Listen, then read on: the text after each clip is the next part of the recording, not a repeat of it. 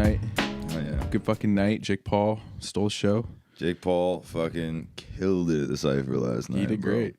He showed up. He spit bars. He grabbed the microphone. He was fucking left, right, uppercuts.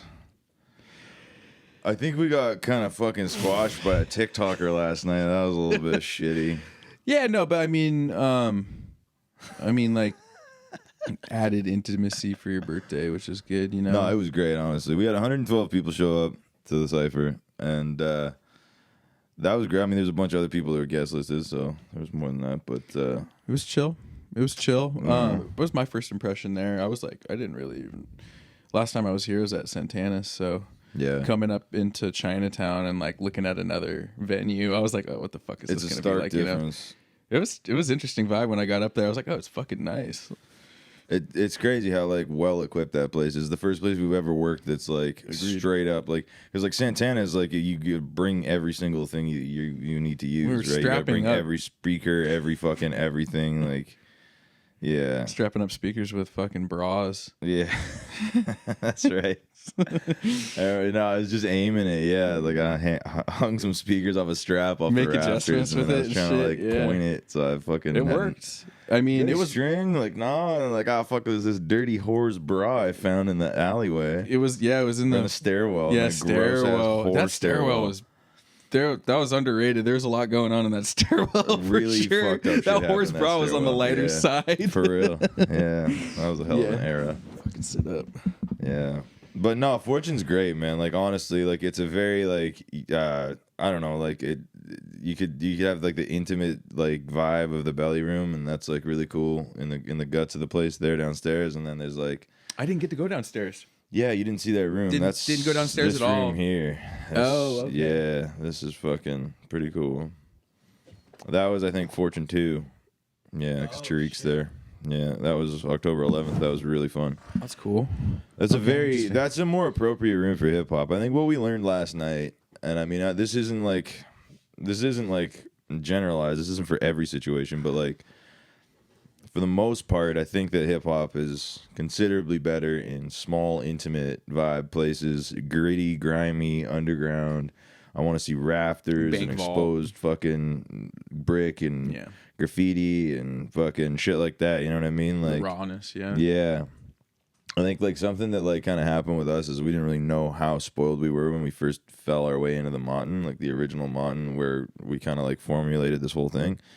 And I don't know. It was like the perfect recipe, that place, right? Like it was really, really like it was intimate. It was small. It was like 70 people packed it out. You could cram 100 in there, but like, and we did, but it was like, it was a squeeze for sure for a cipher. But like, I don't know. That's where you get the best content. And that's where you get the most like alive situation when people walk through the doors and they're just like, what is this? Because like, I think that the venue has like just as much to do with like the overall vibe and like the atmosphere. Yeah, like it's like equal character as like the DJ or the beat selection or the the community even, right? Like it's just like 50% that, 50% physical location, right? Right. That's you why, get that like, trinity going on, and it really pops off hard if you have a good DJ and nice atmosphere that has that underground vibe. It's gonna fucking thrive. Totally, and that's like definitely I think like an essential and often overlooked part of the situation, right? Because I see hip hop shows in like very inappropriate venues very regularly. Like a lot of the time, like some streetwear company will be like, "Yo, come do a fucking hip hop show in my storefront," or "Come do a hip hop show wherever," and you see the whole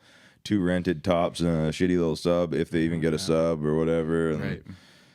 I don't know. It's not right. It doesn't look right. It doesn't feel right. It's hard to like capture that atmosphere, but something about like a fucking weed smoke filled room. It's all sweaty, dim lit, stinky fucking shithole. Like that bank vault. That was probably one of my favorites just because of the atmosphere alone. Like when you walk down in that place, it was just like, as any like type of like just like logical person, you're like, this is like, there's a big variable going on here. Is it gonna sound good here? Is this gonna work? You know? And then you walk down in that money vault and they had all those fucking they had functions down there, right? Function ones. Yeah, they had the functions. That was my first time playing on functions, and It didn't sound very good, but No, it sounded like shit because the fucking that night was rough as hell. yeah, literally there's a lot of going the sound on. guy didn't show up until like 20 minutes into the cipher, so we're literally like fucking running off booth monitors before he showed up. I didn't have booths for the first hour. Yeah. And I couldn't hear myself, so a lot of my transitions were shit. And then he came up and he was like, "Hey bud, you got fucking, hey, can you hear yourself?" I'm like, "No, not at all." He's like, "Oh shit." Yeah. Like, clicked him on. I'm like, Yeah, God damn, that dude. was fucking rough, man. But was a like, little rough. especially with a tight room like that too, because like they run like techno shows at the Vault all the time, right? Yeah. So it's like that's like a very Oh, and I meant to bring this up last night. Didn't they like win an award for opening up that? They won 2 awards, and I think that's what led to their demise. Like, they're Oh, a it's very publicity. underground place, and I don't think that anything was done by the book there, and they were very Right. illegally operating. And like, I mean, like they had liquor licenses and shit for their events But and that's stuff bare like minimum. that. But that's bare minimum. And like, yeah, I mean, when it comes to like, I don't know, property use, land use, fucking Taxes, inspection, all that taxes, shit. that kind of shit, like they're fucking around like crazy. So it's. It seemed like there's a lot of money going up in that place too. Just, Oh, for sure. They fucking put 1,500 people in that place a lot of times. Like their Yeah. Black Loop sessions and shit. And like Yeah. they had big techno DJs come through. Those guys are deep in that techno world. That guy who runs that place, he's like an OG fucking event guy from Vancouver who used to like, he was 18 years old. He had a fucking warehouse club in okay. Yaletown before it was I Yaletown. almost guarantee you he knows some of my Vancouver Oh, friends for from sure, Seattle. man. It's Yeah. fucking, it's something else. But then, I mean, he was an 18-year-old booking these DJs back then, and then those DJs went on to become like pillars of the whole like worldwide DJ community, festival community, and shit like that. And now they're fucking doing shows of fucking, Yeah. 20,000 people and shit like that. So he can call those people up and like fill up his club like crazy. And I felt like when I walked down into the vault, I was like, is this place gonna start flooding? yeah, no doubt, dude. It felt like the fucking Titanic down there Yeah, at dude. some point. It's like, and it was a special vibe at the Vault for sure because it was like Underground. underground as fuck, and it just felt like so like again like unique, right? When people walk in, they're like, "Where am I? Like, what is this?" Yeah. Right? You're Add that disoriented a character. little bit. Yeah, had Yeah. character to it. Totally. For sure. And like I want to say that about Fortune Sound Club too, to a certain degree, and the comedy club that we DJ'd at last night that had a little character to it. But for Icon, it's like you guys really, really need a nice shitty basement. We need a shitty basement with 4 walls. Dungeon. That's it. All we need. We got a sound system. Maybe we got you the can crew. We cram got the DJs. We got the 150 crowd. people. Yeah, exactly. We need 100 to 150 people in a fucking Chinatown basement somewhere, or a fucking attic, or some bullshit that we can cover in paint and fucking. It doesn't Rooftop. take much. something. Whatever, right? Something. But Fortune is fucking amazing, and we love them so much. And like, it's the was absolute nice. perfect venue Sounded for a lot good. of things. It sounds Sounded fucking great. good. Shout out to Mocha for sure. Like, Yeah, that's shout out to fucking Mocha. wonderful. But like, honestly, like it's like,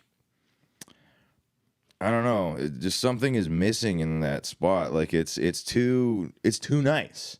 It's too nice. Like something like we did Flip Out's birthday. Well, not we, but like I went to Flip Out's birthday there, and they had DJ Coco from Japan there, and like, oh my god, I can't even believe you guys, bro, like, that was fucking phenomenal. I saw that and I was like, "There's no way that's happening up there, right there." I wish I could have gone. And there was like, I don't know, probably like 220 in there or something like DJ that. Coco's And, definitely like, one of my fucking. And then it idols, filled the bro. room up just nice, and it was like just the perfect vibe in there for that. And for those kind of things, like if you have a good headliner, and if it like hip hop can work there, but for the most part, like Fortune's found its niche in just being like a dope little underground spot that's after hours after like it's like the solid after party kind of place. After the big show, you go to Fortune and dance all night, and like. And they got their DJs that specialize in modern hip hop and shit like that. And they know all the hits and they play all that shit. And they keep 19-year-old college kids fucking bouncing all night. And it's great for that, right? Mm-hmm. If you're 19, 20, 21, 22, it's the fucking shit. It's the best place in town. But like, I mean, hip hop doesn't slide right in there. It doesn't, not like conventional old school hip hop does not slide right in there, right? Belly Room, perfect. You know what I mean? Hip, like, or whatever. I don't know what the fuck they call it, the project space or whatever the fuck. But, it's just in the belly of the fucking spot, so I call it that. But Interesting. it's very hip hop and it's very archetypal, right? Like I say, it's just like it's got that like that low ceiling, dim lit, grimy vibe to it, right? And that word grimy goes a long way in these like venue selection situations, right? So The last time I came up here, I was listening to a lot of Lords of the Underground, and I was bumping that on my way up, and it was really. And I had just played a cipher just a few days before that, and in Washington, and like. I just kind of remember listening to that album coming up here and being like, oh shit, like this is probably some of the more underground community that I'm involved in. And I really was feeling it. Like I was like, holy shit, like I'm like kind of a pivotal part of how underground does this get, you know? And I like realized my song selection and DJ skills like really kind of had to like meet that bar. And I was like, okay, I gotta look for deeper shit. I gotta look for a shit that really is twisting people's heads up. Because if you don't have that, like meet the underground vibe, it just kind of ends up lacking a little bit. Like you're saying with like with Fortune Sound Club, it's like if it was a little more grimy, it would just add that little extra little bit of push that the rappers need and the DJs need and the dancers need. Yeah. And I mean, as the entity that Fortune is, like it's perfect just as it is. Like they've nailed their recipe. Like, and it's nice. They sell tour packages. They sell, you know what I mean? So like touring acts come there and they pay their fee and they do their early show and they sell out and they sell 450 tickets. And if you're that, you know, that's the best place in town. You're not going to find a better fucking spot for it. You know what I mean? No, I mean, if you're just a club DJ or something like that, like you want to be playing there. Fucking perfect. You want to be playing there. They're so well oiled. They're so tight. Like every bar I've never staff had anybody ask me there, for my writer. You know, every single bar staff there is like so dope, so chill, and so like you know just head industry in the game. workers. Like they're fucking really done. Solid and like just. Whoever's running all those people, I don't know who the general manager is or whatever, but like they're fucking I know we should meet that it. dude and try and learn from him. Yeah, well, we were talking to Cole, like shout out to Cole Brownstone, like he's the guy that like hooked us up with the whole thing in the first place. Like that's so sick. Because honestly, he's an OG cipher guy from Vancouver, right? So him and Junk, you know who Junk is? I don't, man. No. Junk, my name is Junk on Instagram. He's like he's a rapper. He was like rapping like King of the Dot shit way back like 10 years ago. And then he came up around like the same time as like, you know, like between Snack and Merc, like in that era, like after Snack, before Merc kind of thing. Like right there is when Junk started to flourish. And then he caught a lot of attention in the battle rap scene and shit. Sick. And he's a fucking mad freestyler and like he does a lot of shit. He just released a big album. He's got a big show coming up on the 28th. But I'll probably go cover that. But what was I talking about? I did mushrooms last night. I'm still fucking. All right. I wish I had taken some. I was gonna take some, but I know, and I just kind of looked at the loyal out there, and I was like, I'm not home. I can't drive around fucked up in this country. What the fuck was I just talking about? We were talking about how fucking A, man. All right, so cheers. Yeah, word. Oh yeah, Cole. Yeah, Cole. Bingo. So yeah, Cole and Junk used to run a cipher called Strictly Cipher at a place, I don't remember what it's called, but it was like a donut shop on Pender, and it was right across from Holy Chow. And yeah, that ran for I don't know how long, but like they had like a dope little community of people, and it was like no mics or anything. It was a very intimate like cipher circle kind of situation, but it was like all real hip hop heads, right? Like Icon attracts a lot of like passing people that aren't like deep in the culture. I've seen it. We have a lot of people like some people like misinterpret our shit and they like treat it like karaoke and shit like that. Like this is not fucking karaoke night. This is not your time to come fucking. Nah, that's how you get a mic snatched out of your hand. I fucking hate it. You're gonna hear that killer whale sound. We're gonna normalize that, and soon enough, every one of you motherfuckers is gonna know what that killer whale sound means. The killer whale sound. When whack rappers go, we're gonna start hitting that. I'll play it louder and louder. It's gonna get louder. The beat will get quieter, and the killer whale sound will get louder and louder. It's like the North Hollywood bear from fucking Kill Tony, man. Get the fuck off the stage. You're done. Your minute's done. That's enough. Yeah. Stop now. No shit. And like you said, yeah, there is a little bit of that passer. What are they called? Nomadic type people who just kind of like come in and they're like, and then they leave. But then it also attracts these purebreds. Yeah. These purebred, just like you, like AK. Like I seen that kid last night for the first time, and he came up and introduced himself to me, and I was like, yo, what up? Nice to meet you. Word up. And then after I saw him spit a few words, I made sure that I walked up to him and it was like, yo, you're deaf. You might have DJ'd for him once at Snack the Ripper, I think. At the first time. Was that the one at the killer thing at Red Room? That's the reason I don't remember him, because I was like, you were locked in that night. Dude, that was I so had tunnel fucking vision. epic, dude. I had tunnel vision for that, and the only people I had coming up to the DJ booth and giving me props were big heads, and so I'm not like sure if I it was there really now, but- distracting. I was like, holy shit, dude! Like I got to stay focused, and yeah, I didn't look up at the stage one time. I think I went like this once, and then I just back to it, you know, because there was a lot of changes for that show. Yeah, you did. Yeah, it was. I was waiting for cues from you. It was you. like 8 beats or something, 9 beats or something like that. And then we it was had to fucking- like cut to like a. a soul song. We Yeah, did that soul song with Bobby and Truth. And That's a good instrument. Yeah, I that's like a that. really good song. That's a Matt Truitt production, actually. Yeah, the guy who sponsored the. I play that beat Cypher at Live, my cipher sometimes. Yeah. And people. Oh, rap on really? it. Oh yeah.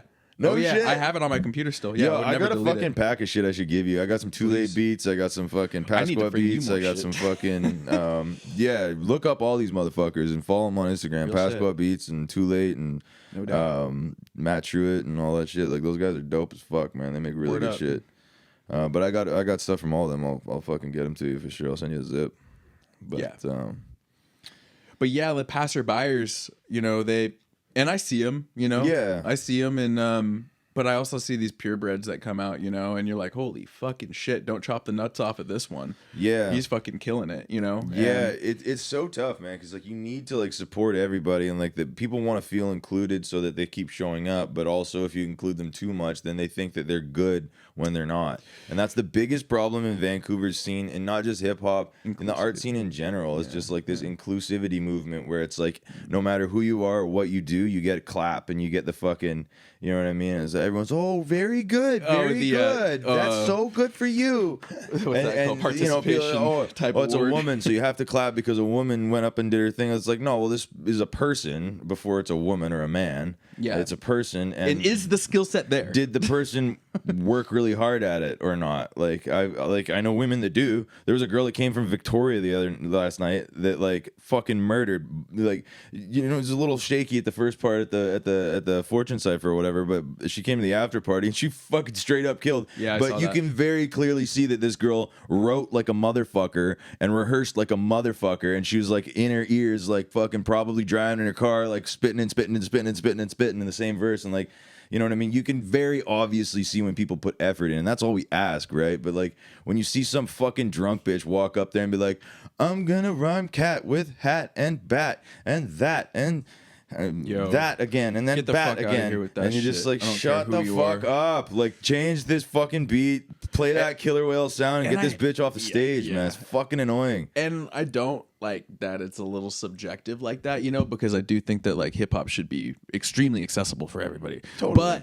But once you get to the tier that we're in with this, where we're pretty much professionals, I kind of expect these heads to come out and like not just give it your all, but like really have something cohesive for me, you know? And I care about that the most, and I see it out there. There's lots of it out there. Shout out to all the heads that come out and are writing or really spitting cohesive freestyles. Yeah, I mean, I know people that sit there and they put random word generators on their phone and they sit there and they work on fucking Thesaurus type freestyling, shit, and they'll just be like, "This is how I freestyle," and like you know, and they're crazy good, and it shows, right? Every single time, and it shows, right? Like I remember we podcasted with Jarv, and he said, he's like, "It's amazing how many people I see come to these fucking shows and they just obviously didn't practice." And I see it all the time. I see people that just show up and they're just like, I'm the shit. Laziness. And then, like, but you've never practiced. And I can see that you're not practicing at all. And you didn't practice one little bit. You're going to show up to the NBA and be the best basketball player that never practiced? Like, get the fuck out of here. Like, you have to practice and you have to try hard. Right? And then, I don't know.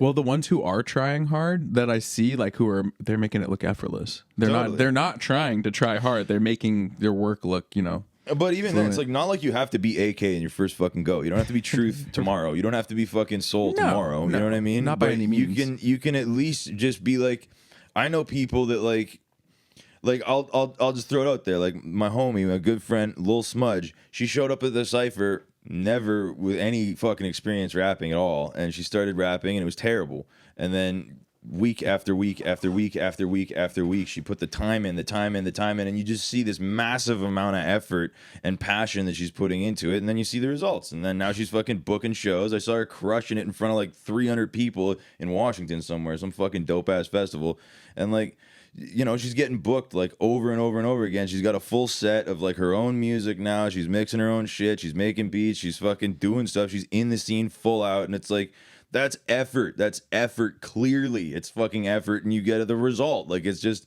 it's 100%. Like, it's undeniable. You know what I mean? You can't argue with it. It's just real and it's fucking, it's the thing, right? So it's like, and I see there's a lot of people in our community that are like that, right? And man, you're making my brain work with that, because like that's interesting, because like I work really hard. Like I don't even want to tell, you know, how I can't even really tell you how hard I do work, because it doesn't stop, you know. So like that's weird to hear that, because it's like you're saying like it's visible, like we can see that you've put in effort, and now because of that there is a result. And I'm like looking at my career like, oh, I put in the effort and now I have a result. And it's, I don't know, I kind of undermine my own achievements sometimes, but like, word.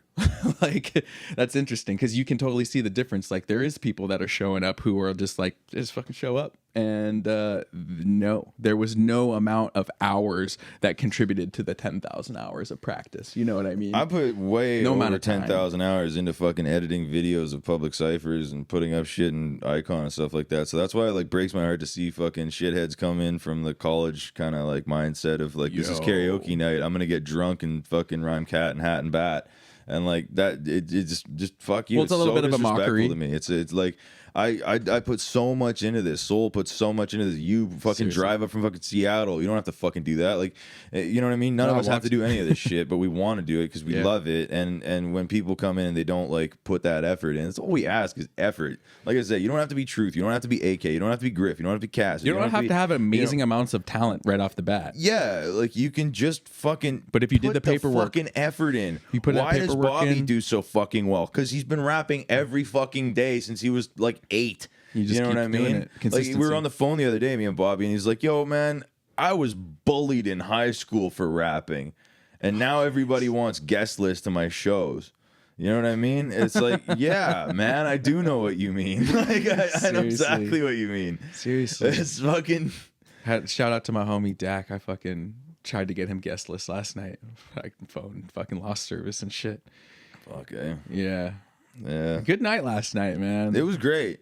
It was great all around. Like, it was dope. It was the first time like we had like meetings and stuff about this cipher, and we did our best to like really put it together. Excuse me. And yeah, I mean, it's like it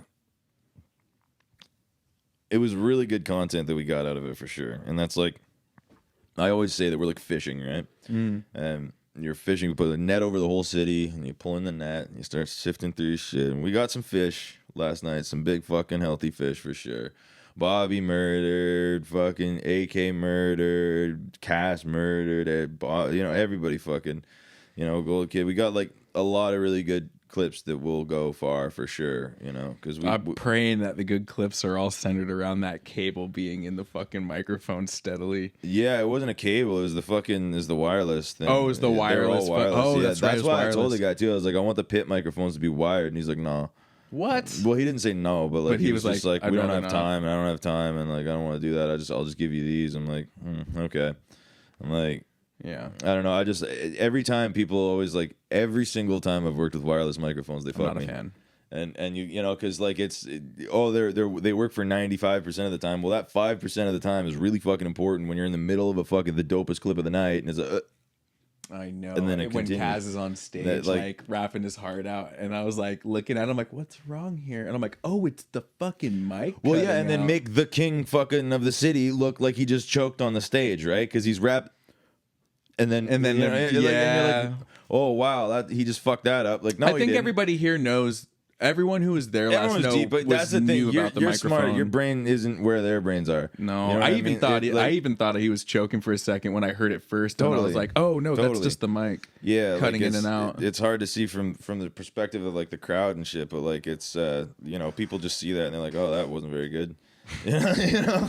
Or It like, wasn't his the fault at all. production tech value fucking let wasn't him very down, good. so. Yeah. Or that, but for the most part, like that sound last night was fucking fantastic, great. and all the tracking levels in the multi-track and the recording was fucking beautiful, man. That M32 at Fortune, like the guy had it tuned. I've tapped into M32s before at other clubs, and I didn't get nearly that nice of levels. Like I was like, all the vocals came in right at -12.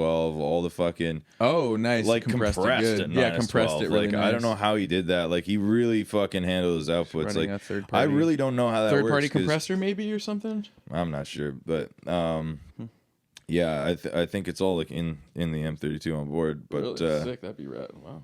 yeah. Crazy. He really fucking made that thing sing last night. It sounded fucking great. Yeah, it did. I could hear everybody really clearly. Yeah, just the quality of those mics. Like they're good quality like mics for sure. But yeah, having that fucking audio drop out here and there sucks when you're multi-tracking and trying to get those clips, man. So. I know I was so hungry last night.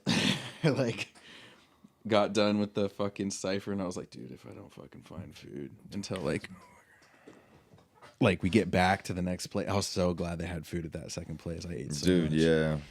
And it was a chill vibe at the comedy club, man. I like that place. Yeah, so we fucking did our cipher, and we had a pretty good time at Fortune. I'd say almost a great time, but it was just like a pretty good time. And a lot of people turned out, and I really appreciated the turnout, and it was really fucking dope, and all the real ones are there. But Jake fucking Paul, the TikTok douchebag, and Mike Tyson did a little fucking publicity stunt last night where they jerked each other off in the fucking ring for, I don't know, 8 rounds. Did you get to watch any of it? I didn't watch any of it. I didn't watch it. I don't either. Like, I knew it was going to be shit. I watched the Roy Jones Jr. Mike Tyson fight a little while ago, and I was like, oh, body shots only. This is all bullshit. This is a big fucking publicity stunt, fucking cash grab nonsense, right? Right, and we knew this. And that's exactly what happened. I knew that was going to fight. happen last night, and It you know, was. and that's Yeah. exactly what happened. And We all got a nice fucking economics lesson during the whole thing. absolutely, so. it was crazy. I mean, 112 people came to the cipher last night, and honestly, I feel like we would have literally doubled that if it wasn't, because like we had like 150 at the last cipher in the belly room. Soul came up to me in the first hour and was like, he's like, by the time it was this time last time, he said there was 200 people in the room. Yeah. And I was like, oh, really? Yeah. And he was like, yeah, I think it's going to be a slow one. And I'm like, Yeah. okay, word. I could tell as soon as the doors opened, it didn't flood. I was like, there should be a lineup down the road right now, and there's not. They Like, trickled in. Yeah, they trickled in slowly, one by one. I thought, like, and some people that have never missed a cipher before. That guy, Dropsy, like a bunch of people that, like, I know that never miss ciphers, Yo, missed shout that out to cipher. Dropsy. And it's He's one of my like, favorite people up here, man. Fuck yeah, I love that fucking dude. love that dude. It's my uncle. Yeah, no doubt, no diggity. But yeah, man. So I mean, it is what it is. But yeah, like we didn't know when we planned it, obviously, that those 2 fucking dildos were gonna fight. But When did they announce the fight? I don't know. I found out about it on I found out about it Wednesday. last week. Yeah, I Yeah. found out about it on Wednesday, and then 2 At days work. later was the cipher. It was last night. So Fucking A. yeah, I mean, we just did the best with what we had, and Fortune was fine with it. They all knew too. Like you look at the statistics on Netflix or whatever. There's like, this is the most viewed, most streamed thing in the world or whatever. Like more than Super Oh, it was Bowl or on some shit. Netflix. That's right. That's Yeah, right. so super accessible to everybody, and like everyone had fucking. I think so many people were like, "I'm going to the cipher. Oh, I'm just gonna watch the fight first," and then they dragged the fight out, obviously for advertising purposes and shit like that. They wanted much fucking Trivial whatever. bullshit, So man. they walked out at like 9 p.m. Pacific time. So Right. yeah, that would have been midnight fucking Eastern. Yeah. Yeah, Yeah. yeah, that's crazy, man. That's fucking Yes. crazy. They took the whole night, but I mean, that is what it is, right? So whatever. But you know, again, like what we learned, I feel like even if there was like 200, 250 people at Fortune in the main room, I still don't think that's the right vibe, man. I still don't think it's the right place for us. Like, it's Yeah, we not a talked about forever this. home, that's for sure. Like, it's not like. Yeah, we talked about this and yeah, dude, like I mean, as like kind of like one of your like staple DJs that comes out here, like I personally think that like Dungeon is the fucking vibe. Totally. And you will never recreate the feeling in that Money Vault. That was like dangerous almost. Like I felt like I like something could go wrong. like I felt like maybe it would, like what the fuck is gonna happen in this place, and that's what was cool about it to me, that uncertainty, and you add a little uncertainty to the mix, and you're like, oh shit, like what's gonna happen? Fortune's such a staple place of Vancouver that like everyone's been to for one reason or another. Like my sister has no business in a hip hop club at all, and she's been to Fortune like 10 times. You know what I mean? Like art shows and this and that and the other thing. Yeah, right? Like everybody's been to Fortune. So you say like, hey, it's at Fortune. They're like, oh, cool, that's official, but it's also like, I can miss that. Like, seriously. It's not like it's a Fortune thing, because like it's just like, dude. And thank you for having me, man. Because like I didn't really realize where I was until I got out of that place and was smoking a cigarette outside, and people are coming up and like, hey, like everyone and their moms has been in this place, right? Yeah. And I'm like, oh, this little fucking place in Chinatown, like for real. And for like, sure. It hit me like when I was laying here last night, falling asleep. I've never met G-Man and Risk, but cool. like these are the two guys that like started and ran the place. There's another dude, Steven, but like there's some OGs that like ran this fucking city with like promotional, and like they've been putting on dope events, like art related and hip hop related and music related events since I think like the 90s. And it seems like they kept their nose clean too through the process, because they don't have a bad a bad reputation. Like a lot of these nightclub owners are just like fucking dirty money like a motherfucker. But I think Fortune's like legit as fuck. Well, my first impressions of Chinatown clubs. We'll just leave that part. I don't want to censor this shit, so let's not talk about that. Right. So we'll just forget that ever happened. But yeah, that was interesting. Yeah. But yeah, man, fucking. I'm thinking you guys are gonna probably end up. It's gonna come to you with a nice little dingy place to rap in. Yeah, I know. We need it, and I think I have to run it because I'm. That was another thing we talked about. Like you gotta be the sole proprietor. Yeah, and we don't have any money, and I don't have any money. And I don't really have a job, and I work like 80 hours a week, so. Back to red beers. I really gotta fucking start. Back to monkey suit and red beers. Yeah, monkey suit and red. That's what I'm doing, man. I'm working 2 full-time jobs in kitchens. One kitchen I'm like just monkey suit boy, and then the other one I like have responsibility, and I clock 40 hours at both, so it sucks. Fuck. 80 hours a week is hard. Yeah, that's hard, man. But 70. I think like that's entirely hours. What's necessary here, and like I think the city needs something like Santana's, but. A little more by the book, you need that sweet spot between following the rules and breaking the rules. We need Fortune somebody at this point is very established, and they follow all the rules. They're very like, dare I even say the word corporate, right? Like I think like when they started, it was like a fringe thing for sure, and then at this point, it's just become so established, and their rhythm is established, and they know their methods and how to do what they do. So it's a very, dare I say, corporate fucking organization at this point, and like it feels like a corporate organization when you're things there. Run smoother in that regard. Things run extremely smooth in that regard, and that's one of the reasons why I absolutely love that fucking club. That's why we make like the I say, when you throw the right kind of event, like if we do what I want to do with our next event there, I think we'll fucking nail it. But like it's got to be exactly that. Like there's legendary DJs in this city, like J Swing and Flip Out, that I think if we collaborate. Man, I would love to DJ in front of those guys, man. Oh, fuck yeah, dude. I would love to DJ in front of like. Oh, we'll get you up there for sure, man. Yeah. And do the whole multi-tables thing. No doubt, Get all those turntable guys out or table tutors guys out. And, that would be rad. Yeah. I don't get to hang out with enough turntablists. I'm back in the States. It's me, bro. I'm so happy to be meeting all these people that I've been meeting lately. Like I first went to table tutors like, I don't know, 3 months ago or something like that. And I met Paul Scratch and Relly and Slippy Matt I met a couple of nights before, and that's how I ended up there, and like some really fucking dope dudes, man. And that's when I met Roz and all these, just dope people around this. Table Tutors is like a DJ school in Vancouver, right? And it's run by this dude Relly, DJ Relly, and he's an OG, and they all do a great job. They teach scratching, they teach mixing, all that shit, and like EDM even too, right? Very cool. It's they should. It's a really well-rounded fucking place. Yeah. And like I don't know, to like kind of like centralize it like that. It's cool to just like know where there's like that crew, and there's like 8 of them there that can really fucking hold their own. Like that's what I'm talking about. Yeah. Yeah, that kind of shit makes me proud. When you told me about them a couple weeks ago when we were on the phone, I was like, holy shit, I got to meet those guys, because I don't have that back home, bro. I ain't got no turntablism community. Shout out to Wisdom. That's my boy that I like to spin with, man. Yeah, Back that's the home. turntablism community. That's me and Wiz, bro. And like no, he's got some ill DJs down there, bro. I'm gonna connect you with some homies because Slippy Matt, he wasn't at the cipher last night because he was in Seattle meeting up with doing some like DJ meet thing. So there's a bunch of his homies down there that are like real deal turntablists, and I'll connect you with them. I need that community so badly. He sent man. me their page, so I'll send that on to you. Sick.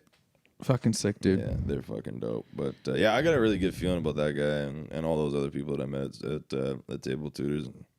We need to get you some techs. Fuck, I need some techs. We need some good old M3Ds in your pocket. Yeah, it drives me fucking nuts trying to do vinyl sets. What was fun was hitting my wrists on the stop buttons on the because you have 2 sets of stop and start buttons on your fucking. I know, and like everyone would look at me every time. I'm like, oh fuck, like, oh, what's happening? I know I had to adjust the weight on your tone arms too because they wouldn't hold in the groove. I'm like, oh fuck. And that's the thing. They're 2 gram needles, and you end up putting 8 grams on there, and you're just like, I know it tore my shit up. Whatever. What needles are you running right now? I don't know, shitty fucking stock needles off of fucking T60. We're fine. I could scratch on them and shit, but I had to really weigh them down.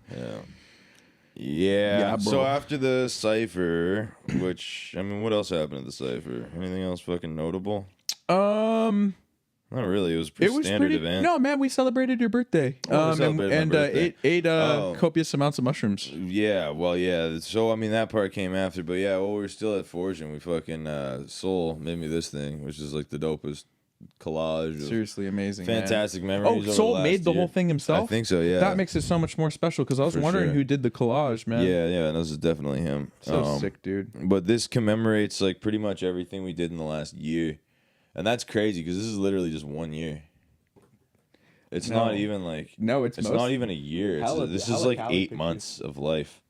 Yeah, this is since like April. I know this is a new life. Almost I think everything that happened in this collage happened since April. This doesn't even reflect. Oh, it is a reflection. Fucking wild. It reflects like on everything you've been pissed off at Santana's, Smokey D in the radio show, Seriously. Fucking meeting with the Killers. Falling asleep in fucking Oakland. Ricky the Legend from Pico Union. Fucking Leaside Ciphers. Like a Venice Beach Cipher. Kinos, the fucking OG from Long Beach, California. Shitty ass hotel. Fucking San Francisco. Piss drizzled shithole. DJ Babu, I got to interview. Fucking Boo Boo the MC. Fucking Bad Motherfucker. The Elements book. Fucking Truth, that handsome son of a bitch with his weird cone-shaped penis. Oh, yeah. Forgot to talk about that. And, yeah, fuck, man. Channel Street Skate Park, MC Wicks. Yo, when he told me that he was hurt last night, I believed him. Yeah. I was like, dude, is he okay? Like, he's like, yeah. No, he's hurt. I'm like, oh, shit. Now we love Truth. I know, I miss him. Yo, Truth, I fucking missed you last night, buddy. I was really looking forward to seeing him, but it's okay. You know? Yeah, I thought I was going to see him last night, too. All on our own path, you know? That's the biggest part about life. Well, he's a massive Jake Paul fan, is what it is. He's got posters of Jake Paul in his house. Right. His bedroom. He wouldn't miss the fight. Yeah, he would never miss any Jake Paul thing, dude. He's always... He calls me every time he posts a new video. Like, yo, did you see the new Jake Paul? Fuck, Truth, man. You gotta stop calling me about this. Fuck, yeah. Hell yeah, bro. Anyways. Yeah, so that was dope. Yeah, some really wonderful people got me some really cool shit. Was that on the Cali trip? That was me connecting an inverter to the battery in the Prius so that I could run a podcast in that drain culvert. Sick. Did that with work Kinos. out I do that all the time. I did the Craig 13 podcast that way. I do podcasts like that all the time. I've done ciphers like that. That's cool, dude. Yeah, that's a really great little tool. The 12-volt inverter, I got 2. I got one that's like 160 watts. It's just enough to run like the laptop for a podcast, and then I got one that's 1500 watts, and that's enough to run like a small sound system. I've run full size ciphers off my pickup truck before. That's fucking lit. Yeah, it's pretty wild. But yeah, so that all happened, and then Comedy club. We do? Yeah, we loaded up and got our shit right, settled up with the club, and fucking ran up the street to our good friends at the UGC, and had a fucking great night, man. UGC is an underground comedy club. It's on Hastings and whatever, between Canby and Abbott. 120 West Hastings. I don't know how I remember that, spot, man. And I mean, it's literally like an underground comedy club. I don't know. I don't think you saw downstairs, did you? No. That's dope, man. But that's where the actual comedy venue is. It's a really nice, intimate space. It's like perfect, like 50-seater, low ceilings, dimly lit. Like Sick. It's the right vibe for comedy. Comedians love it there. There's a nice green room. There's a great bar and restaurant upstairs. It's run by the same guy that ran Holy Chow, who's a fucking Fried legend chicken and a was... really nice dude. We love Christian so much. He's a fucking really nice guy. Fried chicken was crazy. Fucking good food. Yeah, I don't know really how he good. makes food that good, man. Holy shit. I ate too much food last night, and I was really happy about it. Yeah, me too, man. It was so good. But yeah, I mean, we showed up there and we set up like the Icon sound system, which is just like some dirty old PVPR 15s and a fucking Yamaha EX66 biamp, and yeah, it's just enough to make it bang. And I was spinning vinyl for a couple hours, and then we were spinning instrumentals played a lot of for a beats long on time, vinyl, man. It was really fucking fun, man. It was just like I was just playing what I want to play, like no pressure, you know what I mean? There's just like 20, 30 people there. It was a little house just party dancing and house party kind of vibe. Yeah, and it was just all my best friends, and we were just chilling and rapping, just and hanging out, man, playing beats and having fun, and that was what it's all about. Honestly, I had way more fun at the after party than I did at the cipher. Yeah, cipher had a good working vibe kind of, and then the after party was just like do whatever the fuck, you know, eat some food, play a couple beats. But what does that tell you, right? It's like I think we got to find some sweet spot in between the two, right? Because like multiple people came up to me like, this is way more fun than Fortune. Good point. But also, I will say that I dosed pretty much everybody in the room with mushrooms. So everybody was like, this place is great. Yeah, one of my friends who will remain nameless gave me a big bag of beautiful mushrooms. I wanted to eat some with you guys badly, man. He may or may not be Jamaican. And yeah, and then I was just walking around giving these gorgeous, they were like the whole mushroom and stem was like these tiny adorable little mushrooms with a little head like this and a little tiny stem like this, and just one is a little microdose, and I was just like boop and boop and boop and boop and everybody, and then but they hit hard, man. Those one little little ones. fucking dose and you're like, oh, don't underestimate the little ones. Don't underestimate those little shrooms, dude. Fuck, they were such great shrooms. They were just laughy, giggly, fun time, happy shrooms, and we all felt so good. Bobby came up to me, he was like, yo, I feel like happy and just tired and sleepy and awake all at once. Like, oh yeah, that was fun. And then got some diarrhea poutine. That was good. Oh yeah, diarrhea poutine's the shit. Shout out to showing up to Wendy's at 1:59.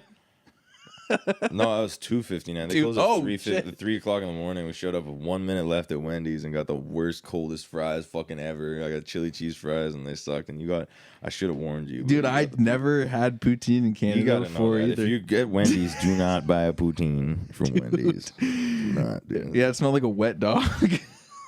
Yeah. Yeah, that was really, really exceptionally bad food.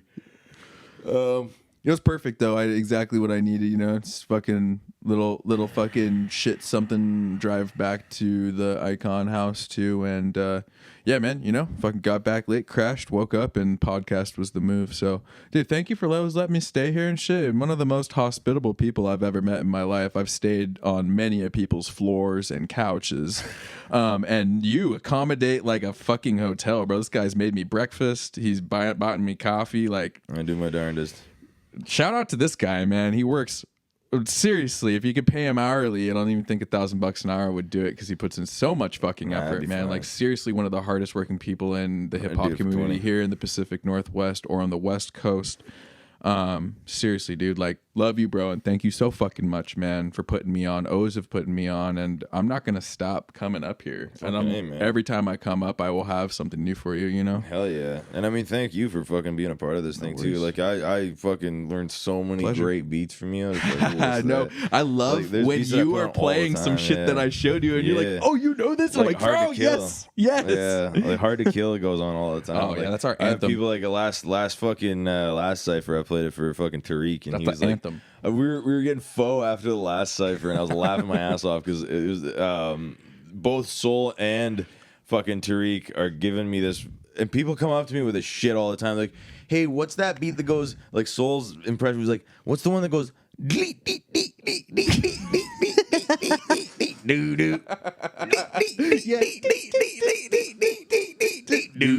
And I'm like, I don't know. No, it wasn't hard to kill. It was that other one. And he meant Hardware by Black Thought. Yep. And I was yes. like, oh. Yes. And I Yes. finally got it because I was just like, what the fuck are you talking about? Like, that is the worst vocal impression of Hardware by Black Thought I could possibly fucking But you knew imagine. what he was talking about. No, it took me fucking literally an hour. Oh, shit. To figure it out. And I was just, was it this one? No. Was it this one? No. Was it this one? No. Was it this one? No. Like, I don't know what you're fucking talking about. The last thing I would have thought was fucking Hardware by Black Thought. Are you crazy? I didn't play that beat last night. I scrolled right past Yo, listen to the fucking Hardware I by scrolled Black right Thought. You want past to it, hear a and I murderous was like, fucking song. Holy I should play shit. that. And then I was like, I played it recently, and so I skipped it. That's one of the best beats I've ever heard. Last night, I really centered my music selection around Lewis Parker. Yeah. Yeah, was dope. I needed that because I really heard dope. too many just grit beats from him the day before when I was downloading music, and I was like, yeah, I'm playing Lewis Parker all fucking night. Shout out to Lewis Parker. You ever Legend. seen Nas Kingston? No. Nas Kingston's a fucking... Oh, wait, maybe. He's a producer, and he does like beat tapes and like compilation beat tapes and shit. He has a wonderful YouTube So channel. familiar. He just does like the Jay-Z beat tape, and it'll be every fucking Jay-Z instrumental you can get. Nas Kingston, yo, he's the legend. Yo, Such yo, a yo, good yeah, YouTube no, channel if you really want to like learn fucking Shout like, out to Nas Kingston. what Yeah, yeah, producers that's why do I remembered what him. and shit like that. It'd be like the Lord Finesse beat tape. Lard Professor beat tape. Yeah, Q-Tip like whatever. beat tape. Like, yeah, J Dilla beat tape. Exactly, and Beat Miners beat it's tape. so fucking dope, man. To really like get a good understanding of the flavor that each producer brings. Seriously. And shit. When I first started doing beat tapes for the cipher, because like the whole reason we started doing beat tapes in the first place is because we wanted 2 mics and we only had a 2-input interface. So it's like, all right, well, we'll put the 2 mics into the 2-input interface, and then I guess the only option is to run the beats out of Logic as like an additional track. Okay. So I started pre-making the beat mixes, and then putting like a 3-hour mix into the project file, and then just playing that along. And then it allowed me, honestly, to this day, like you will never get a cleaner mix than doing it that way. Interesting. Because it's all in Logic. You can sidechain your fucking mics live into the fucking beat tape and shit, and it's just crispy fucking clean. You can get that good compression too on it. And honestly, out of all the ciphers I've done probably 80% of them with that method, and fucking 20% of them with like external sound cards with like more inputs, and then like left and right out from DJs and shit, right? On stereo tracks.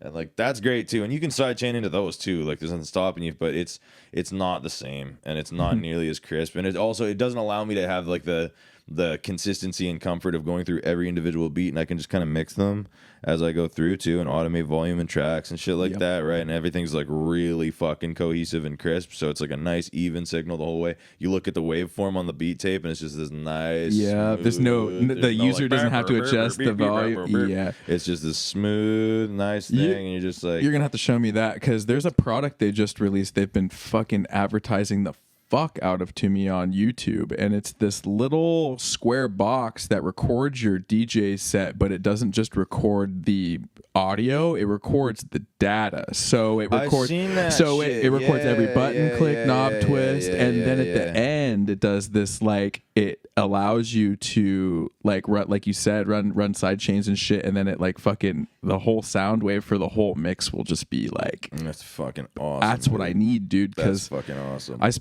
Being a vinyl DJ and shit in my mix, like you'll have to turn the volume up and down, and I hate that, Totally. Yeah, it definitely helps even shit out in the post. But yeah, but what you're saying about Nas Kingston, he really captures he was able to capture the nuance of each artist somehow, and then display it to you in a way that I had never heard before. I was like, holy shit, how'd you hone it down like that? Appreciate that guy for doing that, because like, seriously, again, do you know where he's from? No idea, but Me like neither. it's just from the internet to me, right? But like it's another one of those guys that like, he puts in so much fucking work. You can see, obviously, putting one of those together, curating one of those beat tapes is fucking, I don't know, anywhere from 8 to 20 hours probably. Yeah. Maybe more. Maybe more. Just to do one of those, and he's got like 60, 80 on his channel, probably maybe 100 on his channel. Yeah, bro. And it's like, so at the beginning, like when I first started doing those 3-hour beat tapes, I'd pick three of his, and then I'd pepper in a couple of my own like fucking instrumentals that I want to like download or whatever, and maybe some local beats and shit like that, right?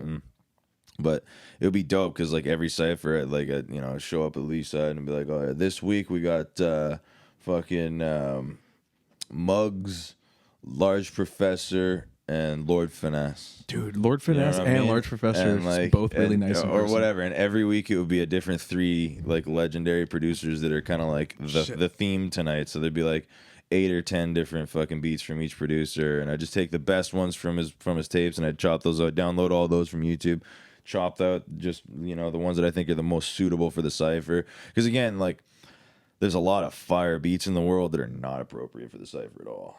No doubt. Depends on the cipher too. Some ciphers require a more intimate beat selection. Some we need like what was that song you sent me by the 3 gals, that instrumental that Amari. Yeah. Like sometimes we need every single song like to be like that for the cipher, especially for like Fortune or like a bigger place. But Amari, like you said, we need to Amory. Yeah, I couldn't pronounce it either. But like you said, we need to do like a little B-side cipher where we just play all those B-side cuts, and like maybe this cipher isn't afraid to like touch that intimate side, Well, I found that sweet spot, like, because I never, again, like pre-making the beat tapes, you just try and like think about like, okay, this is gonna start at 7 p.m. So around like, you just like thinking, you just map it out on the timeline. You'd be like, this is gonna be 9:30, and then that's gonna be the crescendo. Oh, that's kind of nice. 9:45, so where shit is, and then like at the 8:45 mark or whatever, so like halfway through the cipher, I'd put this like kind of dip, and I'd try, because like as a DJ that you can't keep him banging the whole time. If you try and keep him banging the whole time, you're gonna shit the bed. You gotta go down, and then you gotta. It's a whole thing, like ebbs and flows of DJing. Yeah. So, you have to learn how to play something that's a little chill and watch the crowd die, and watch them bring it's down hard. It and hurts. Then come back up. It hurts, but you're not like, just that though. I mean, you can do it in a really cool way, right? And like, right. At the ciphers in like the Mountain and like Railway and shit like that, I'd take that dive about halfway through and do like Mick Jenkins vibe and like maybe School by Q, like some fucking like some really like laid back, or that Isaiah Rashad smile, like that kind of vibe, right? Like where it's just really like, ooh, shit, thoughtful kind of music, and then that pulls shit out of people that you'll fucking never see other like. Certain people in the cipher, Truth and Wales and Griff, like they have a way, like those 3 more so than anybody else have a way of like really just bearing their fucking naked souls in front of everybody and like showing everyone their butthole in the most magical fucking way. It's like, it's amazing, dude. Like they really, really fucking, to see somebody do that, it takes balls, man. And it makes other people in the crowd feel like it's okay to like share that intimacy with people too, right? And it's just, it really brings you closer together as a community when you see somebody bare their soul like that. And I've seen Noble do it a lot of times, and I've seen Griff do it a lot of times, and I've seen fucking man. Truth do it a lot of times. What you just said was It's really important. That's crazy. It's really important, and it's beautiful, and it takes that kind of vibe. Like you're not gonna fucking do that over Amari, or whatever. You're not gonna do that over it happened last night. I played Hard to Kill. You know what I mean? I played this song by Diamond D. I'm pretty sure it is, but called Bird's Eye View, and it's just got it. The song before it was real happy, like the after party or the. I believe it was at the after party. Yeah. I played this real happy song with like a real happy guitar lick, and that changed up the vibe. But then I went back to Bird's Eye View, and that's like a real haunting kind of uncertain sounding beat, but that brought out this real dark side of Cass that I liked, and I was like, whoa, I haven't heard you go here before. Like, yeah, I don't hear him get too intimate very often. He's usually just got like the stabbing people fucking bitches vibe, but a little braggadocious at times. Braggadocious, which is perfect. It's exactly what you want to hear from an MC. Yes, sir. But again, like it's just like different flavors, right? So like some people, like I say, like some people like Griff or whatever, like really excel in that like more intimate like thing, right? But like yeah, it's really dope. Like they're all capable of it for sure. Man, I really wanted to hear Truth on that Bird's Eye View beat. I want to hear Truth on every beat. No doubt, bro. No doubt, bro. Heal up, buddy. I'll see you soon, motherfucker. Yeah, but yeah, bro. Yeah, I don't know. It's like it says something when everybody's having more fun at the after party than at the cipher. I think. I mean, not everybody. Like it was definitely lit as fuck. It's not like Fortune was bad. It was a fucking great time. We had Fortune did this thing last night where it like trickled in, and then it like kind of built up, and then at one point I was like taking pictures of the crowd because I was like, oh, this is getting bigger, and then it like kind of faded out, and I've never seen it like that before. Usually, like especially with like the Vault Cipher or Pretty Red Room or name one, you know, people they were there, you know. So it was interesting to see people kind of trickle in. I don't know, maybe that was good for your birthday, you know. Yeah, it was. You would have been overwhelmed maybe if there's too many people or something. I'm so much you feed happier off with you feed off that chaos. I love the chaos. I love being like just like weaving through a big crazy packed in fucking room and shit like that. Like I flourish in those situations. Like the higher the intensity, the better I do, I think usually. I really like that like intense vibe. It makes me feel good. You know. It was chill last night. I liked it. Had a good time. But yeah, I think the moral of the story here is that hip hop doesn't really live in the forefront of the entertainment district, and it doesn't live in the most prestigious clubs and in the fucking big sound systems and the big fancy places. I think that hip hop, for the most part, the real shit lives in back alleys and on street corners and in dingy little fucking clubs and dimly lit fucking back rooms of Chinese food restaurants. And it really, and a lot of those people who are coming to the cipher or who are real diehards, I mean, we're talking people that are working like blue collar jobs. We're talking people who are like their every day isn't easy, you know, and that really brings in this authenticity to the vibe. And like, I mean, what were you doing before you were doing hip hop? Welding fucking tugboats together. So and me, like I'm a blue collar worker as well. So like, I don't think you're ever gonna hear hip hop coming out of 1%er neighborhood. Not the real not shit. Good shit, not the good shit. Anyways, you know what I mean. And it's like it's not to say that you can't do a not crushing to say, event, right? Exactly. Like I say, you put look at Alchemist. Flip Out's fucking birthday at Fortune was one of the dopest events I've ever seen. So like, you can make it happen. You can make real hip hop shit happen and big things. And like, imagine if we did like a DMC event up here or something, like a Vancouver DMC event at Fortune Sound Club. That should be a real thing, man. Like, I'm gonna talk to those table tunes. I'll be there that or some shit. We should fucking totally do that. I'll be there, dude. We should totally do that. I would have been there for that birthday party. We have enough skill in the city, to be honest, to actually like represent the DMC here in Vancouver. So I don't know why there isn't a fucking representation of that shit here, but there should be. That's same thing in Seattle, bro. There ain't enough of it. Yeah. And honestly, even in LA, like it's like we went to the DMC in LA when How many people were there? 300, maybe 200. Damn, wasn't that many. It was probably 200 people. Fuck. Yeah. That's honestly, it was probably 150 or 2. Oh, it was on the shorter side of 200. It was on the short side of 200. Fuck. Yeah, there was a lot of oh man, and that's like vendors there and shit like that. That's something that I've heard my whole career as a DJ is like people come up to me and they're so astonished that I exist, and they're like, "You're holding up an entire culture by yourself, aren't you, son?" Yeah. And I'm like, "No, I'm fucking not. There's a huge DJ community." And I realized, to me, there's a huge DJ community because I can see it. But to anybody else, it's a dying art form. Perspective is important, man. Yeah, it's fucking lit, dude. Because, it's crazy. Yeah, but I think that furthers the point too. That just like imagine like the right venue is a big part of it. Like imagine if that DMC event that we went to in LA, like it was this massive place called Thunder Studios in Long Beach. Just fucking beautiful place. Yeah, amazing facility, wonderful in every fucking way. But it's like it's really fucking big, man. It's a smaller event. Like if you had that like grimy vibe, if that exact event took place in Santana's, everybody that was there would have fucking never shut the fuck up about it. They'd be telling every friend they have about it in every conversation they ever have. It would be like the biggest thing that ever happened in their lives and shit, right? Like, so you put the right spot there, right? That's what we need in every city.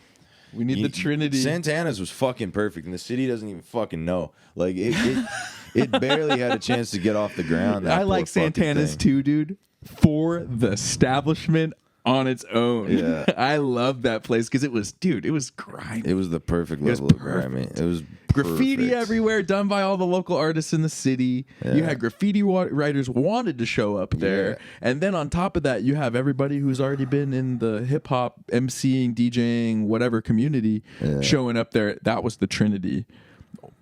And I don't think we'll say anything more about it. Yeah, but it takes that recipe, man, for sure. Seriously. It takes that recipe for sure. And I think that's the biggest lesson that we learned last night is that this is definitely an imperative part of the whole thing. So we're going to focus on that. I'm going to put a lot of effort into that, I think, going forward. I don't by the can't time wait to the new see you year do it, rolls dude. around, dude. I'm gonna find a place before January. I think I can feel it. Like it's coming. I've always kept my eye out like loosely for a spot, and if I was always saying like I'll only do it if I find the perfect place with a perfect deal. Mm-hmm. But like I got my eye on a few different like spots here and there, but like you just got to open yourself up to it. It'll come straight to you. I know who to talk to. Like I mean, I know a couple of people at least. I don't know if they'll be able to help me right off the bat, but I know a couple of people that are like, dude, kind of. You're not gonna have to say much. You're gonna say a couple words, and that word's gonna float around, and then you're gonna find the perfect spot. Well, yes and no. I mean, again, like it's like we're really attractive to our own community, and we have like a cool thing when you talk to other hip hoppers that come to Icon and shit like that. But then like there's another thing that I learned by working with Fortune is that like we show up and we're like, yeah, we can bring 150 people here. And like, so what? What else do you bring? We have to the like table? house DJs that can bring 400. Like it's just guys that show up every fucking week, and like Nemo can bring 400 like without flexing. So what are you bringing to the table, yeah, sir? so it's really hard for them to just like look at the numbers and be like, why should we give a fuck about this at all? Yeah, the data doesn't. Yeah, the data doesn't line up, right? So it's tough, and because like even if we were to start like a nice underground club or whatever, like just paying for a liquor license, paying for the fucking spot, paying for the power and the heat and the fucking plumbing Overhead. And the bullshit and the problems and the fixing and the fucking crackhead smashing windows and the bullshit and the glued locks and being a this and business that and the owner other fucking sucks. things, right? Like Yeah, it's hard. especially in the hood and especially in Chinatown. Like it's hard as fuck down there, man. It's a real little as hard fuck down there. No, I was walking around with my crate last night, and I was like, I don't fucking wish Riley's with me, dude. Like, because I don't like this, yeah, dude. it's not easy, man. You got to really fucking. You know, it watch did your shit chill out around over there. by that school you had me park by. That's the only place I'll park, man. That's a pretty chill spot. I noticed that reminds me of like. But I still won't put anything in my car there. No. My car got left alone, and it did have that vibe. Like, yeah, don't leave anything in here and 2 shit. blocks over in either direction, and it's fucked. You'll get fucking jacked for sure. Oh, I know. The bipping works here too, man. I know it does. I was driving on East Hastings last night, and I was like, I fucking hate this in this car. In the 91 Loyale with no fucking... You could literally just reach in the car and just pull me out of there. Oh, shit. Totally. Yeah, fucking... Sketchy Yeah, as shout out to the program here, dude, because... You cross the border and shit, and the like Canadians are towards me. They're like, "You better not be fucking staying here." You know, like don't end up staying here. Yeah. Where do you work? Do you work? Where do you live? Prove me to me you live somewhere. And I'm like, okay, like, and then I realize I look the way I do. I drive a 91 fucking Subaru, and I'm like, oh. You guys don't want people stuck on East Hastings. I see it. That happens, I guess. I guess it does. Yeah, and they told me that. They were like, Yeah. no, people get stuck up here. And I'm like, oh, shit. Yeah, I'm good on that. I don't want to be stuck up here. Yeah. Or maybe I do. I don't know. Maybe I'll just fucking throw it all away, man. Okay. Nah, yeah, dude. And it's no better in Washington. Yeah. There's no fucking better in Seattle. It might even be worse. Yeah. Yeah. Oh, you were down in Cali. You got to see exactly what's going on. Well, I mean, not really. I was there for 10 days, right? Like, I didn't fucking really get that deep. But that being said, we did actually get pretty fucking deep because we talked to a lot of, like, legendary motherfuckers. Like, Il Camille led us through the whole, like, Crenshaw movement and, like, all the fucking Banana Network stuff and, like, the Birds in the Mix and, like, all those people and shit. We talked to... I don't know why Taquan isn't in here. This is a fucking legendary dude. Taquan, the MC, we had an amazing... Oh, I think that was it right there. That was, like, right after that. But there's a dude... We're going to put this podcast out real soon with this dude called Taquan, the MC, who, like... one of the most legendary cats in the fucking underground over there. Like, he is just so goddamn cool. He knows everybody. He's been around since fucking day one. And he's just as real gets. And he believes and he cares so fucking much about hip-hop culture and the whole love of the art and stuff. Like, He just oozes the shit, and he like fucking schooled us on some serious game, man. Fuck yeah, dude. Yeah, he's definitely one of the dopest people we ever talked to. I shed a tear last night when you told me that you were fucking with Mike and I. And I was like, Mike and I's a legend, dude. yo, like, Yeah. I've been listening to Freestyle Fellowship since I was just a lad.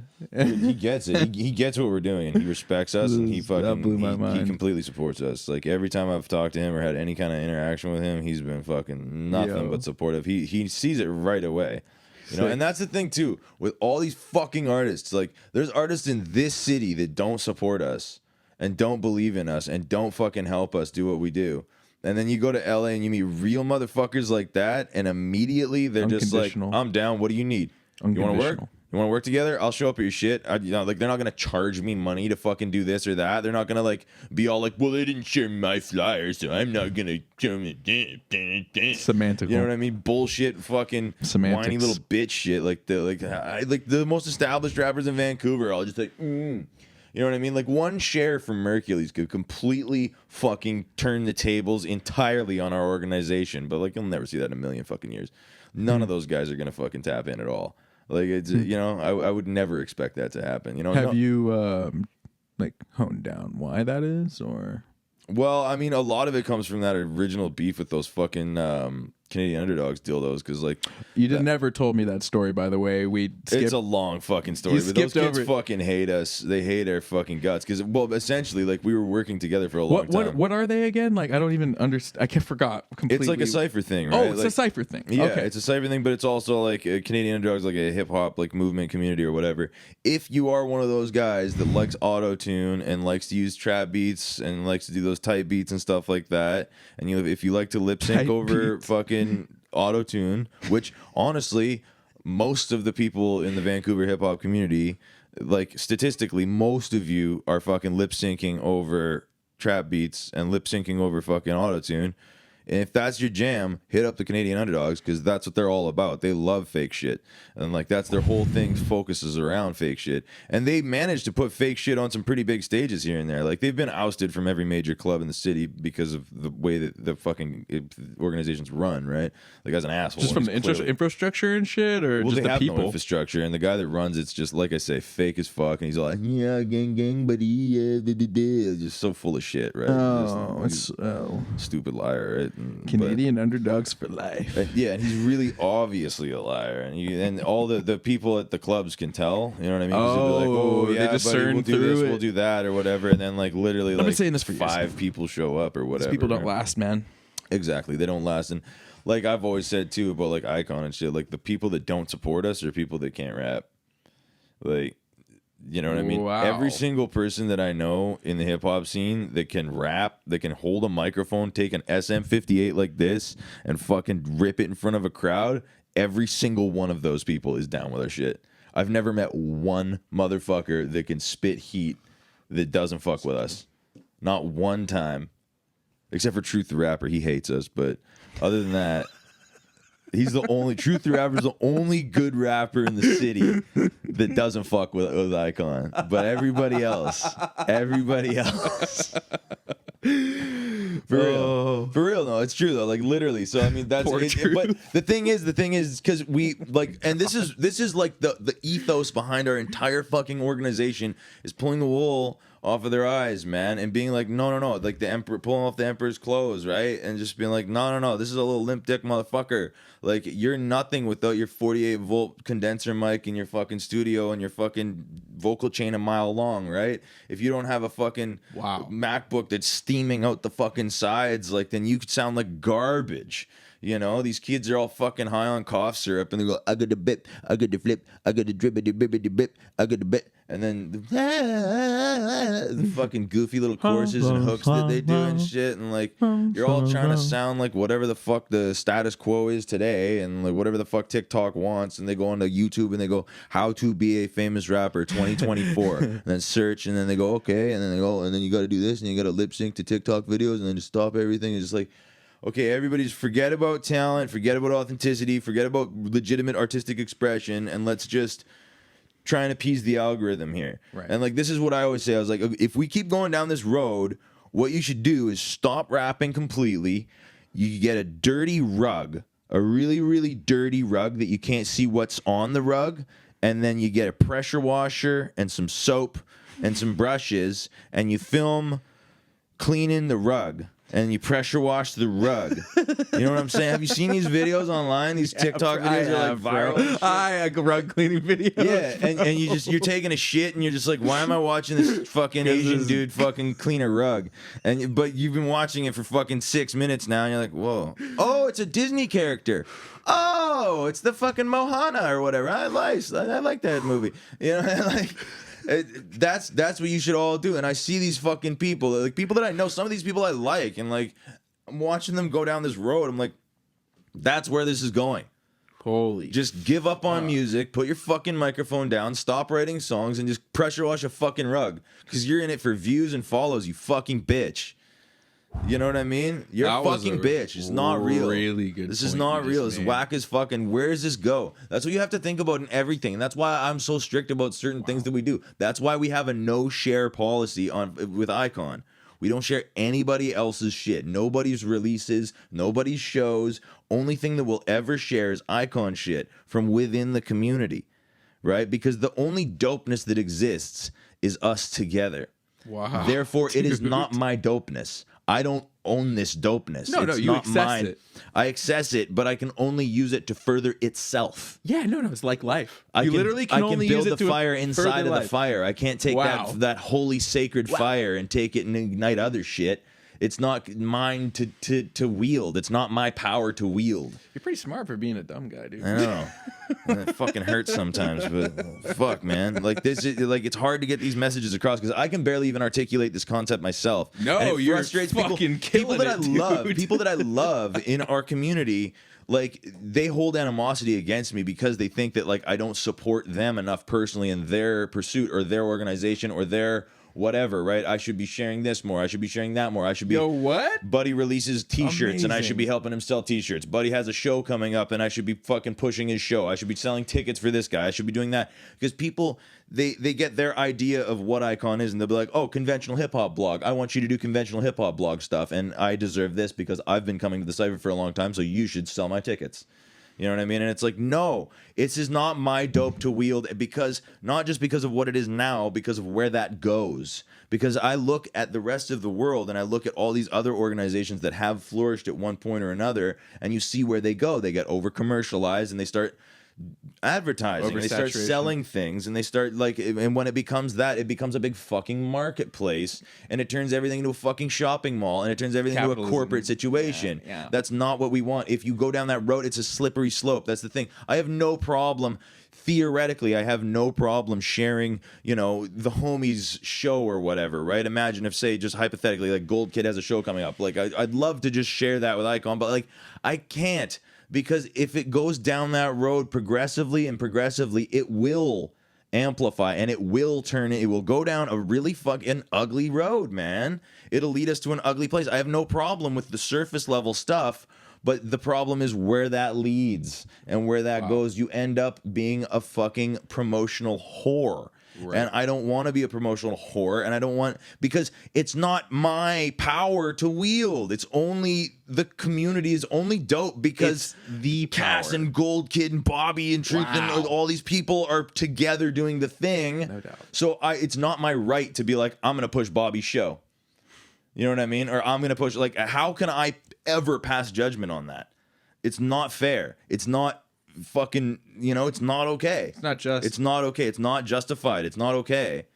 You know? So I don't know. That's just how I feel about that. I feel like because I mean the thing I think you guys have NPR in the States or something. I don't know. We have CBC up here, and that's the Canadian Broadcasting Center or whatever the fuck. Yeah. And it's like it's funded by the government, which is publicly funded fucking stuff, and they can't, like, you can't take the CBC's dopeness and promote Fox News for money. Like, what are you doing? Like, what are you fucking doing? That's bullshit. That's bullshit. This is our money. This is public money. This is public energy that's going into this entity. You can't promote Rihanna's new album on fucking CBC, dude. Fuck off. Right. But what they will do is they'll promote local Canadian artists that are underrepresented, and they'll be in certain situations, and then through CBC Searchlight program, there's a method to it, and it's fair and it's equal opportunity. Love that. And like that's how that works. And I mean, CBC's kind of gone a little downhill over the years, but No the doubt. overall Same thing with concept is NPR. correct. And it's really important to mimic that kind of stuff in this organization as we build this up, right? It really needs to go that way, because like I say, man, slippery slope, dude. Like if you start to fuck around, you'll fuck around. Yeah, no doubt. You know? Yeah. And it'll get worse, and it'll amplify, and it'll turn into a fucking ugly thing that doesn't even look anything like the community that it used to be, right? So it's like it's a sacrifice that we all have to make. But like, wouldn't I love to take fucking Ghetto Fab to the next level and be like pushing myself as a DJ so I could sell sets and sell fucking my services as a DJ through Icon? I'd love that, but I will never, ever do that. I've released music multiple times, and I've never promoted it with Icon. I would never fucking do that in a million years, because it's not my fucking dope. How dare I take all your guys' collective dopeness and fucking and Whore it out. to myself so that I can fucking get some clicks and streams. Fuck that. Fuck that, and fuck your show, and fuck your ticket sales, and fuck your t-shirts, and fuck all that shit. We're not doing it. We're not pushing it. Good luck, and not fuck your show, and not fuck your t-shirts. Obviously, I love you all, and you all got to play your game.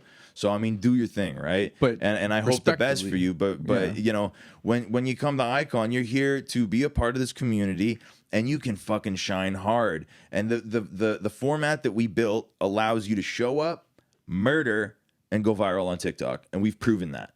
We've proven that like 5-6 times now with like really substantially viral videos that have actually really pushed people's careers farther. You know what I mean? And made things, you know, it's a very significant fucking impact. You got this really deep like wisdom from all of this, and like to this subject currently, and it seems like it stemmed from something you learned a long time ago. And I was just kind of curious, like where you gained all of this, like this wisdom and insight into how the community functions as a whole collectively.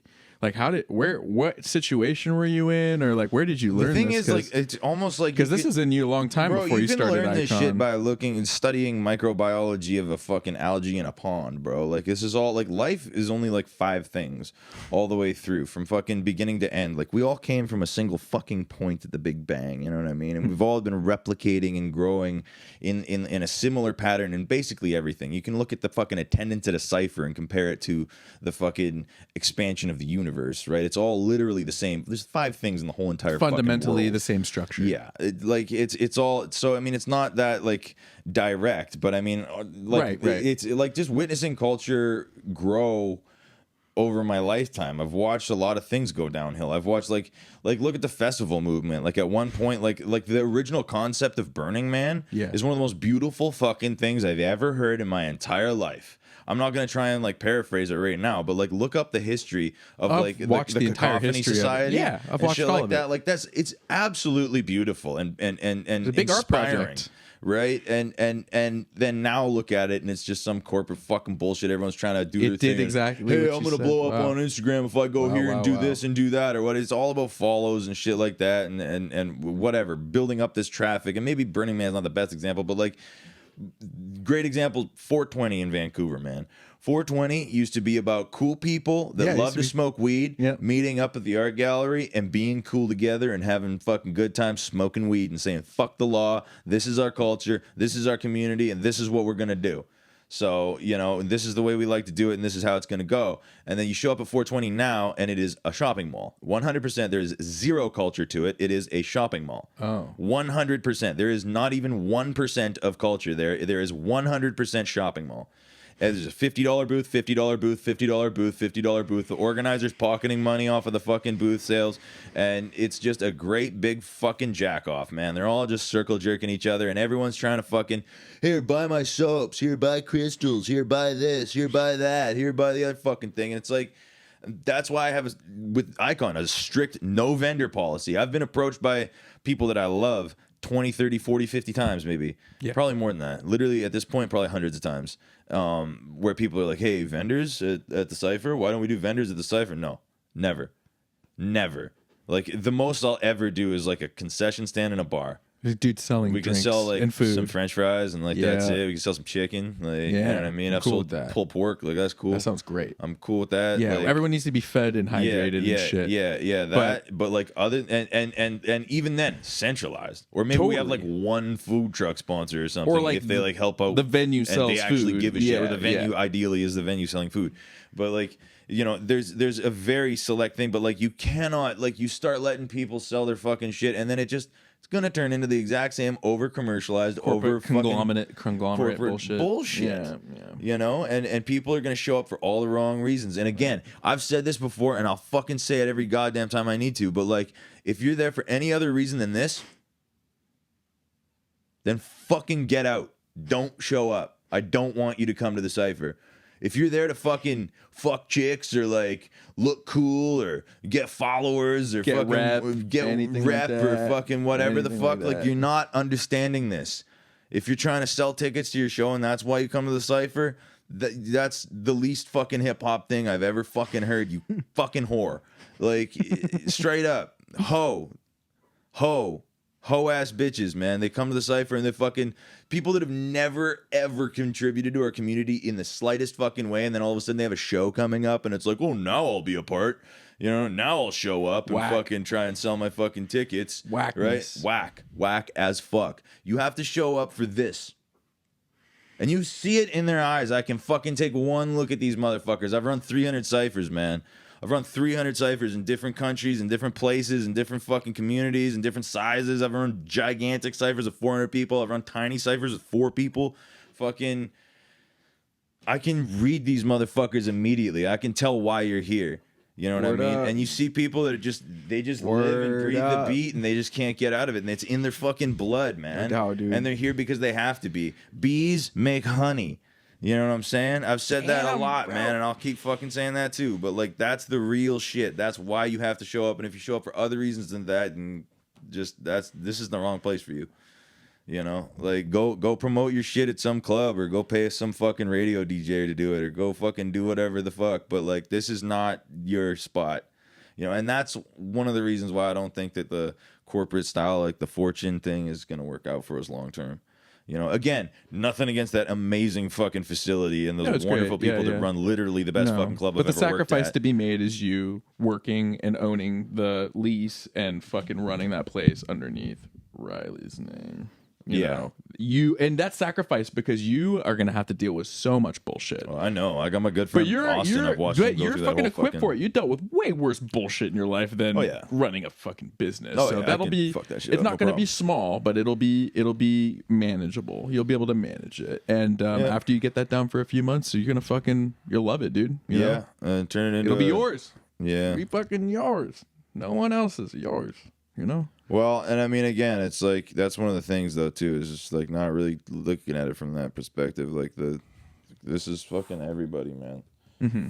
Like and I really try and take that. Well, what I approach mean to by everything, yours is I like, try you and, know, like, you facilitated it, and Yeah. because you did, it came from this, and it was for this in the first place. You just happened to be the fucking person with a meat sack that can do it. yeah. You know?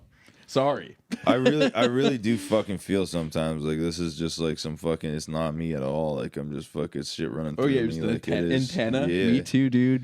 Yeah, it's Yeah, crazy, John man. Coltrane said it best. He's like, I'm just an antenna for this fucking saxophone to be played. And I agree, you know? The more we Yeah. can tap into that, the more pure that will always be.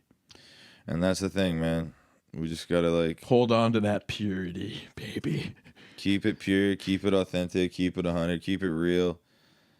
You know, and be there for the right reasons. Engage in this shit for the right reasons. I just wanted to And the play beats. byproduct of it is the TikTok thing. You know what I mean? And like that's like I say, like that's one of the driving forces behind this whole cipher movement that we're trying to fucking, you know, imply on the West Coast and in the world eventually is that like that's the method. You film the 3-hour session, you find these fire clips, you put them on TikTok, rappers blow up and they get hundreds of thousands of views. You know, that is part of the method. So there is like corporate entities at work under here, like, you know, in the fractals of our They're a part of it. our movement, right? And it's tough, but like I don't know. I feel like if you steer through it right with the right intentions and in the right way, and you have to keep these fucking devoted rules, and like as difficult as it is sometimes, and though some people will literally, you know, alienate themselves from the community because of it, like you have to roll with that. You can't fucking that structure is ever interesting. stray away from the fucking. I was considered hip hop kind of a punk rock thing. I was kind of considered a little bit of a fuck you thing, a little bit of a like we're doing this not in spite, but like as a byproduct of all of the oppression and shitty situations and stuff, you know. And so it's weird because it's like you spend all this time throwing away all these fucking rules and shit just so you can make a cool, pure movement. But then as you get to the top in the position you're at, you're like, we need fucking structure. Yeah. Someone's got to add some structure. It's so fucking hard, man. Balancing, it's so man. fucking hard. And shit gets lost in translation. Like, No doubt. I go astray all the time, but like, moments like last night at that after party. That was so fun. Like that's what like fucking slaps you in the face and reminds you that like this is what is real. You see that dude dancing at the cipher last night? He like busted out, randomly just started doing the worm and shit. Yeah, that I don't know, man. That's the realest shit ever, man. Happens Yeah. when people aren't looking. People are just doing it because they have to, because they want to express themselves. It's like Sick. It's so real, and they, you know, make us smile if it sounds dope. You know, like that's, seriously. Yeah, that was my intention coming up. I was just like, I just want to play this fucking Lewis Parker beats that no one has heard. I just want you guys to like headbang with me, you know? Yeah. And I did. I had so many moments where I was just headbanging. So good, man. People looking back over at me like, he likes this beat a lot. Like, yeah, I do.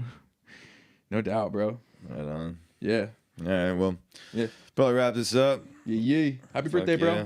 Anybody, we gotta fucking go to Beat Street Records and dig through crates and buy cool records. Check out their dollar bin.